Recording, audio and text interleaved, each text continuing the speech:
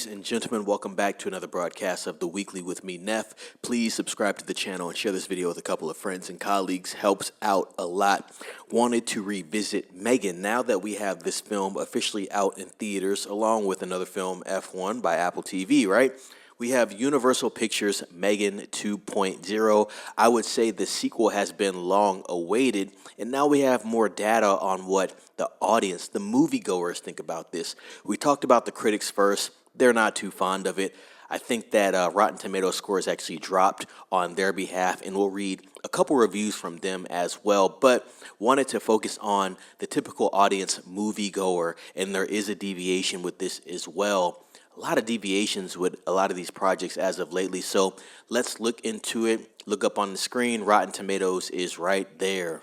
Now, Rotten Tomatoes is not the end-all be-all, but I do think it is a solid barometer for what your average moviegoer thinks when you're watching these films.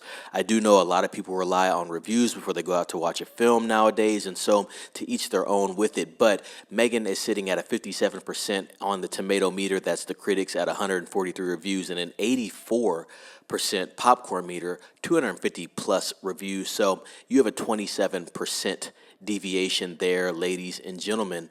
Let's look into what a couple more critics say, and then we're going to focus on really the most important part of this conversation, the audience. This one is from Chase Hutchinson, top critic of Seattle Times. Though the premise of the sequel isn't without promise, and some burst of violent absurdity, like one cut of a neck being broken, makes you sit up in your seat, but there's no real spark to anything else. And he gives it a 1.5 out of 4 stars. Richard Brody, the New Yorker top critic. M3GAN 2.0 has little dramatic shape and no directorial style.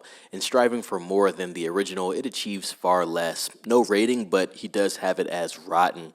One more here, all right? This one's rotten as well. No specific rating. Top critic, Bilge Abiri from New York Magazine / Vulture.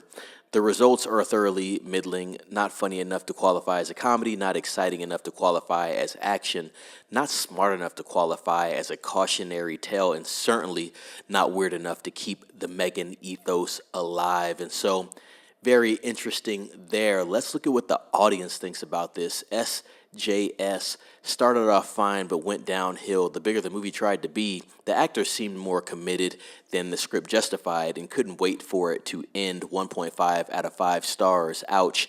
Adam Smith, great follow-up to the first movie. Less horror, but still a good sci-fi film. 5 out of 5 stars. Joe Fargo, masterclass in every way. Talk about a 2.0 upgrade. This surpassed every possible outcome I could have predicted, and I am upgraded. So interesting choice of words there from Hector Jimenez. Nice movie. My daughter and me loved the movie. 5 out of 5 stars. Lexi, 5 out of 5 stars. This movie was amazing. I don't have any words to describe how amazing this movie was, but I want to watch it again. I would rate it more than 5 stars if I could. And so overall, I'd say positive from the fans of the M3GAN series at this point.